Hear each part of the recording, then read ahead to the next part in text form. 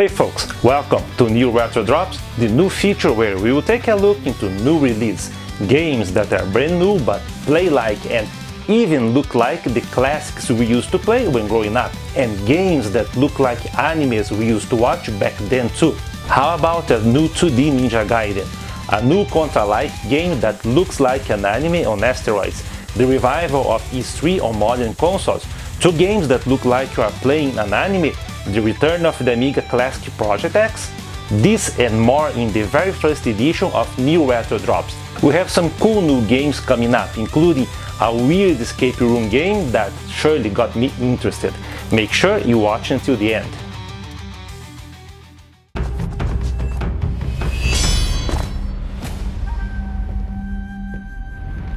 Let's kick things off with Ninja Gaiden Ragebound, the first 2D platform in the series in over 30 years, since Ninja Gaiden 3 on the NES, an official Koei Tecmo partnership with Dotemu, who brought us some great games such as Shredder's Revenge and Streets of Rage 4. The game is coming up in 2025 for Steam, PS4, PS5, Switch and Xbox. It's being developed by the Game Kitchen and it looks like they are cooking something great over there. The action is fast-paced and we can expect a challenging game. It features a new character, Kenji Mozu, who is taking care of things while Ryu Hayabusa is away. As with the original NES games, the cinematic presentation is there, but 30 years later it's a few notches up. And that goes even to boss introductions, which now are more dramatic than before.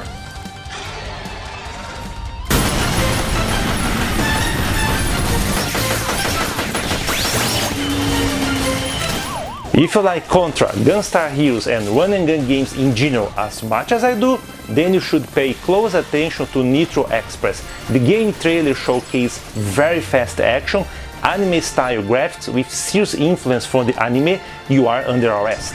Besides several weapons, players also have automated companions or atypical vehicles to help clear up all the stages. And goodness, we are going to be shooting at a lot of stuff in this game. Developed by Graphics and published by Playism, the game is coming up in 2025 and so far there is no console release planned, but given the track record on releasing on PC and then consoles, we can expect the game to get console ports at some point, although I won't be able to hold on and play the Steam version on day one.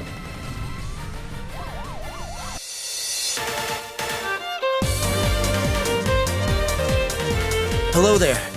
Just released in January, we have Ys Memoire, The Oath in Felghana, a 3D reimagination of Ys 3, Wanderers from Ys. This game has been out on Steam for a while, but on consoles it had been locked on the PSP until now. But Falcon finally released the game to the PS4, PS5 and Switch, and more people can now play it.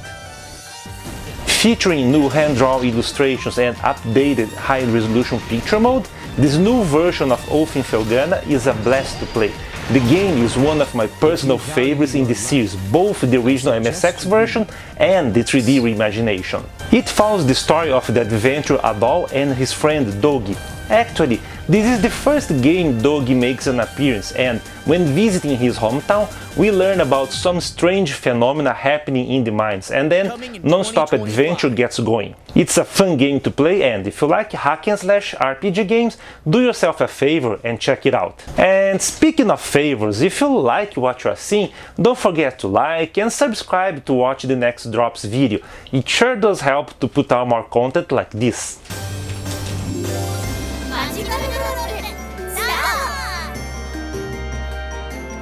Not a new release, but for those looking to get a physical ESRB version of Magical Drop 6, this one is for you. Hurry up, because Limited Run Games has it on pre-order until February 9th, for both the PS5 and Switch. Released originally in the Neo Geo MVS arcade platform, it's a versus puzzle game where the goal is to connect at least 3 colored balls to make them go away from your screen and fill up the opponent's screen. The mechanics may seem similar to Puzzle Bubble, but instead of throwing balls, we can move them around, even being capable of moving several pieces stacked up. Each character has a different special power to throw off the balance in the game. It's a very fun game to play, easy to pick up and challenging to master. Besides the limited run games version, the game is also available for the PS4, PS5 and Switch in their respective eShops, as well as on Steam. If you want a physical copy and don't care about the Japanese cover, the Switch Japanese release is fully localized in English and you can get it right now from Amazon Japan. And probably still play it months before the US release, mind you.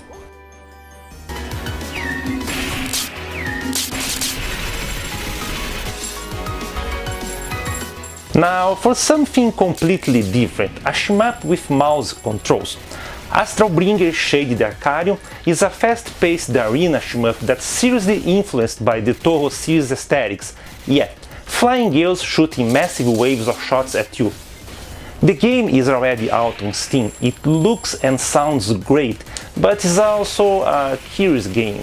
It has everything to be played as a twin-stick shooter, which is great, but the devs have got us stuck with mouse controls. I hope they patch the game because it looks great, but the controls could be definitely improved. There are some alternative input methods using the keyboard or even a gamepad, but it's clear that those were rushed out and they don't work that well. Hopefully a console release will give us proper gamepad controls.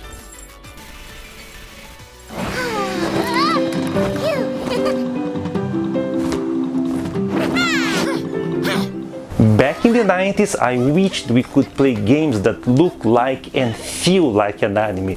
While games based on anime suck at that, original games have made our dreams come true over time. And a solid entry is Mika and the Witch's Mountain, which just released on Steam, PS4, PS5, Switch and Xbox. Developed by Chibig, a play on the Japanese word chibi for small and cute. With Big, the game lets us control Mika, a witch that makes deliveries in an island, which is part of the Mara universe of other Chibig games. She's a witch in training that makes deliveries with her broom for the island's residents.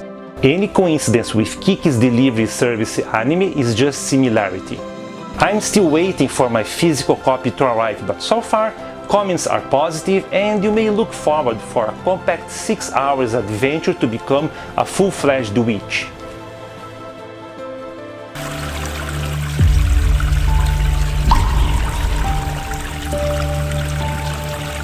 And talking about anime-like games, this one got me interested. AI to You, With You Till the End is an escape room game where you have to flee from a possessive girlfriend in a post-apocalyptic world.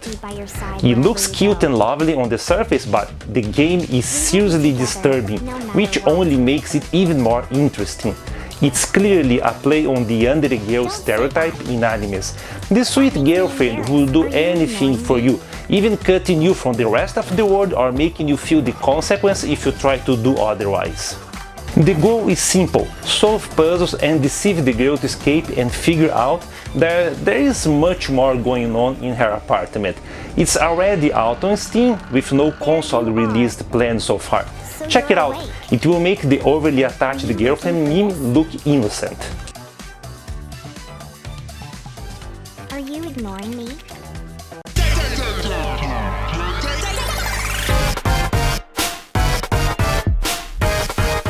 Developed by Holohammer, Mindwave is a collection of minigames in the same format as WarioWare games. Link your brain with your character and beat a series of weird and surreal games. The final game is still far away, with a planned release in September 27, but the demo version is already available on Steam and you can check it out for free. This is part of the Kickstarter campaign, which is still running, so pay them a visit and support the game if you like what you are seeing.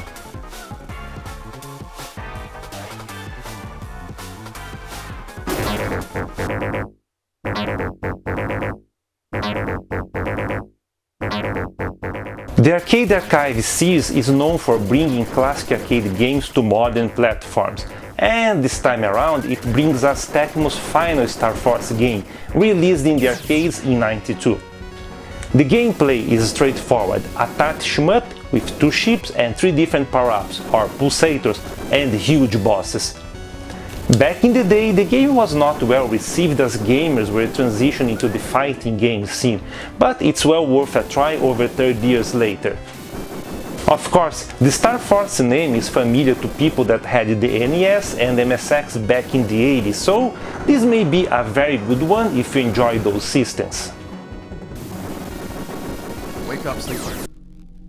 We're in trouble. Lane's closing in, and we need this next contract to go right. If you, like me, appreciate the concepts behind Ghost in the Shell, Blade Runner and the aesthetics from Akira, check out Citizen Sleeper 2 Starward Vector. You play as a droid that wakes up with no memory and a price on his head.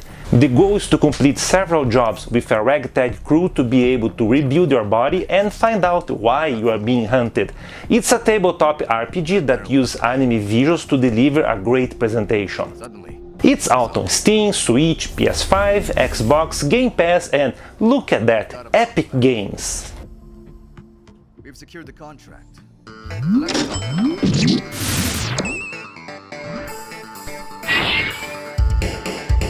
Part board game, part RPG, all battles. Dokapon Sword of Fury is out on Steam and lets you play on a quest for money and power through deception and, well, some fun as anything goes to achieve your goals. The original game was released in '98 for the PlayStation in Japan, and it reminds me a lot of Fortune Quest, which was a wacky board game with the characters from the Fortune Quest anime. If you are looking for something to play with multiple friends, this may be a good one if you are out of physical board games. Select now, students. Back in '92, Project X made a huge splash in the Amiga scene. Developed by legendary Team 17, it's a classic Euro shmup that is remembered up to this day by fans of the platform. The game is officially licensed from Team 17, with updated music from the original composer Alistair Brimble. After a successful Kickstarter campaign, the game is making its way to Steam in 25, and there's a playable demo if you want to try it out now. No console release are planned so far, but I wouldn't be surprised to see Red Art Games picking it up at some point. So that's it for this first NeoRetro Drops. What's the game that you are waiting for? Is there something missing that you want to shout? Leave a comment below. Thanks for watching the video. If you enjoyed, don't forget to like it and check out the recommendations appearing to the right side of the screen. We will see you again next month with another NeoRetro Drops. PV at NeoRetro Pixels, signing off. Cheers!